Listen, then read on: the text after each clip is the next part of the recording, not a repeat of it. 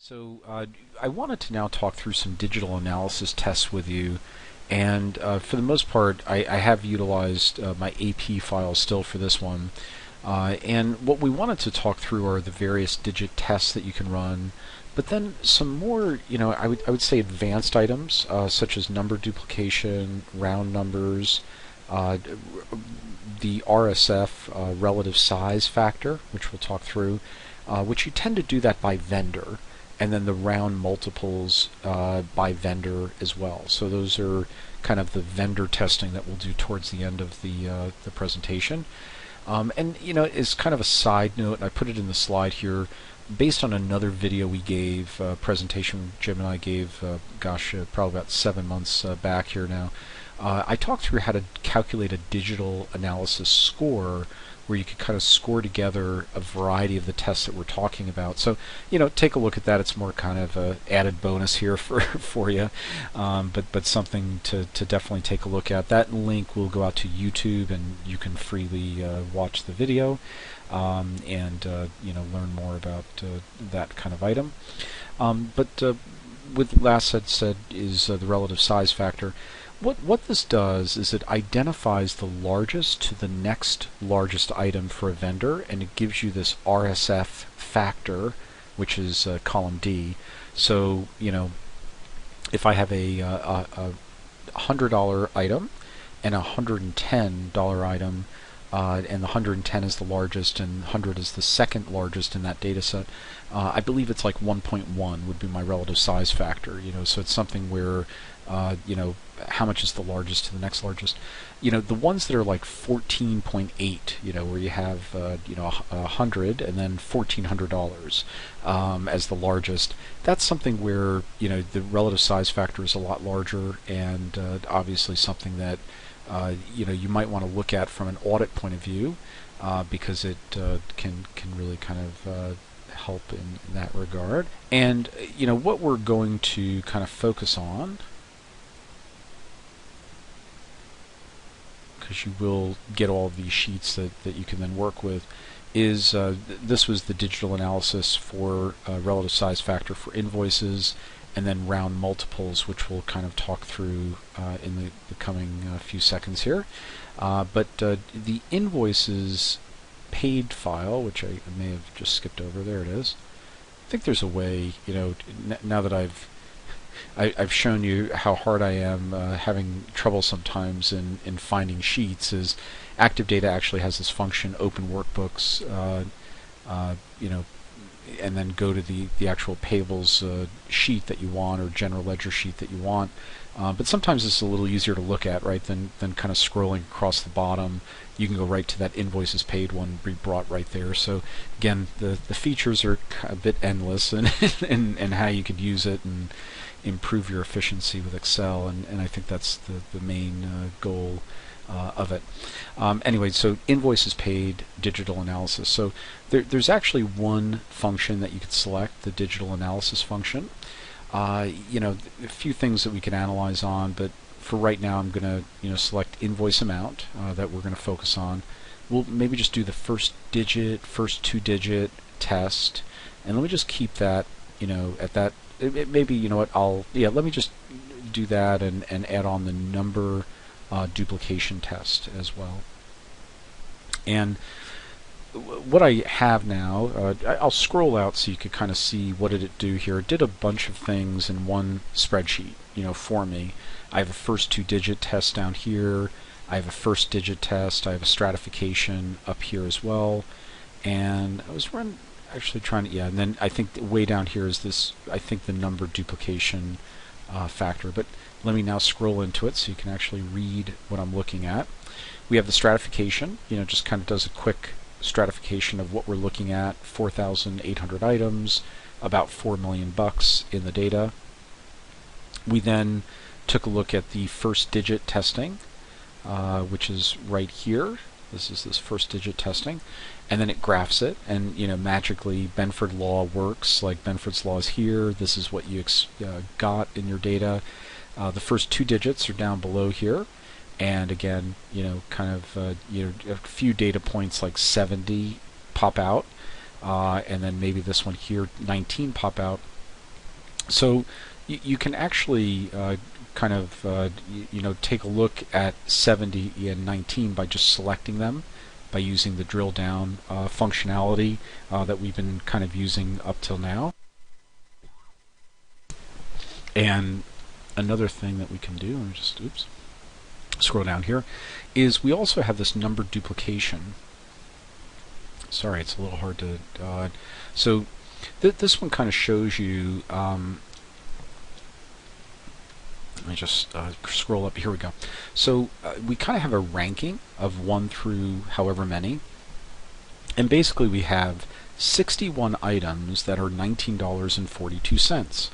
And we have 26 items that are $700. So that's why the 70 was very big. When you look up here, more than likely this is 19, right? And that's 70.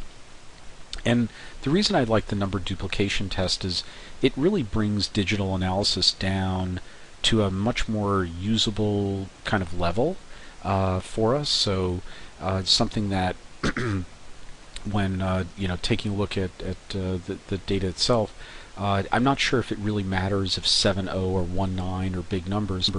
What I kind of want to know is what are the amounts that are driving that, and 1942, 700. More than likely down below here, you'll have other kind of 19.39. It'll usually show up a few different times, 1945. And then so you have a lot of $19 in here. Why? And I think that's a good question from an audit standpoint. So some other tests that you might want to take a look at are just kind of going into digital analysis, and we did the digit tests up here. I would now suggest that you group by vendor number in this case for what we're doing. And we can do the relative size factor. And I like to do it kind of separately. So we'll do relative size factor test, vendor number, hit finish. And notice here it's going through every vendor number real quickly, and it's figuring out for every vendor number, what is the largest item, the next largest item, and then giving me this factor and doing the next one and the next one. So, if you have like 10,000 vendors, this is going to take a minute or two. Probably about 300 vendors are in here. And sorry, so I have all these wonderful. Oh, I might have hit stratification. Sorry. So let me get rid of that. That's why I was spending so long running that. If I go back to invoices paid.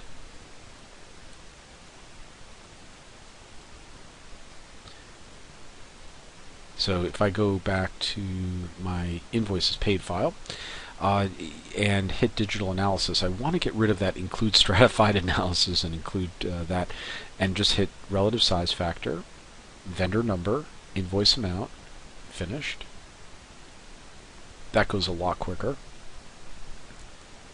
And what I now have, which I can sort this, which might be a little more useful for kind of purposes, is just do like a data sort and sort it on. It could be on anything, but we could do RSF, Z to A, and I get a lot of this kind of junk up top, which is just all that header information, which I don't need.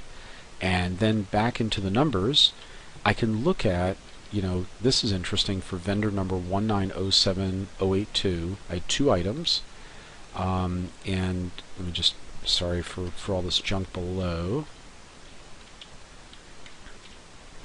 2 items, one of them $3,000, one of them $2,150, and kind of taking the difference between those two and coming up with that relative size factor, which was like 139 or something like that. So that relative size factor of like 139, I can. This is the one that I'd done before, and again, as we just look through this, you could kind of see all the different ones. This is sorted by vendor number now, where you could see the variety between the 14s and what have you. What I like to do, again, real kind of useful function in my opinion in Excel, is just using this color bars because it's a quick way of, I like the red, white, and green, and just kind of scrolling in here you can just kind of quickly see those items that are quite green, small, and which ones are quite red and quite large. And here's one that's 52. The 139, as we said, was the largest. And if you really wanted to do something about this, you can now even go data sort, and let me expand the selection to everything, and I could say sort, and I'm pretty sure you could say you could sort on color, right? So which order, well, I guess no cell order. Let me just see if that worked. Nope, it's not working for me here. So maybe I think I need to filter.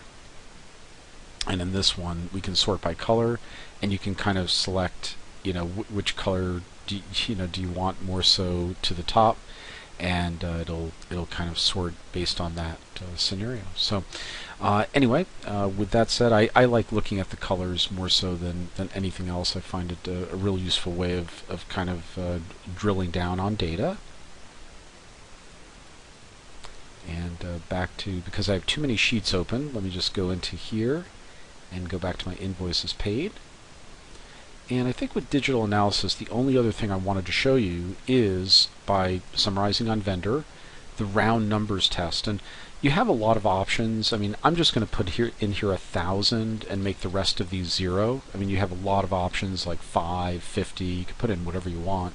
But what are round multiples of 1,000 by vendor based on the invoice amount? Hit finished. And by vendor, this will calculate the multiples and tell you which ones had anything.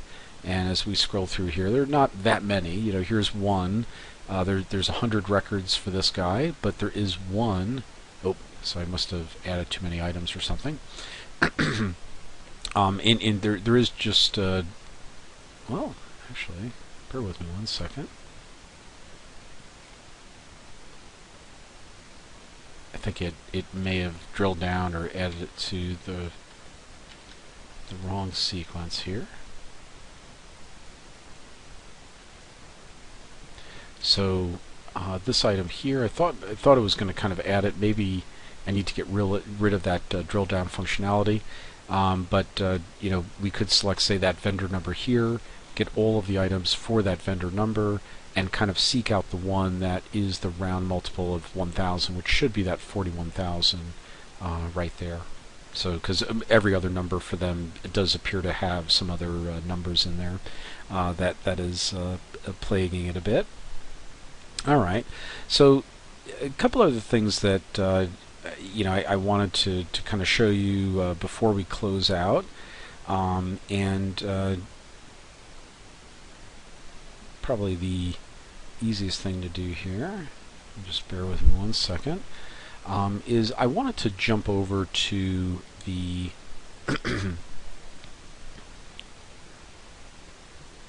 sorry, 1 second here. Okay, great. Yeah, I wanted to just jump over to this general ledger table and show you this for a second. You're probably thinking I'm nuts kind of showing you this very small spreadsheet, which doesn't look very useful. But I've found some new respect for taking a look and at how journal entry numbers and account numbers work together. And what I wanted to show you here, you could do this with a pivot table, but what I'm going to do is utilize Active Data's kind of pivot table. And what I'm going to say here is that the pivot column is actually the account number, and the sort of row number is the journal entry number. Excuse me, the row number is the journal entry number.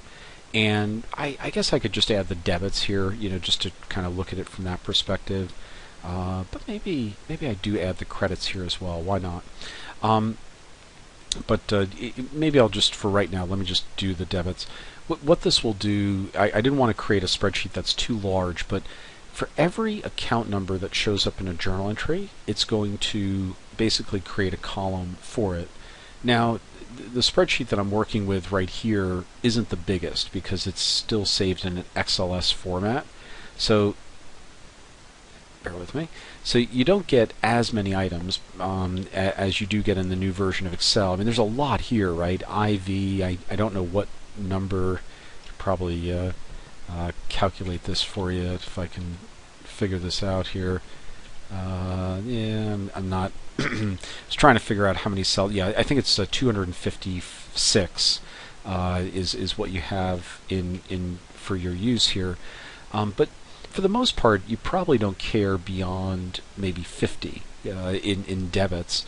But what this does is it sorts it by account number, as you can see here, and it kind of lays out your journal entry debits by account number. And I find it, very interesting and kind of useful. You might want to even kind of change this instead of the total to be more of a count. And again, it's showing me as many as it can possibly show me. But again, kind of using that function that we just talked about a second ago, you could highlight everything in the actual data field itself. And I'll try to highlight everything here.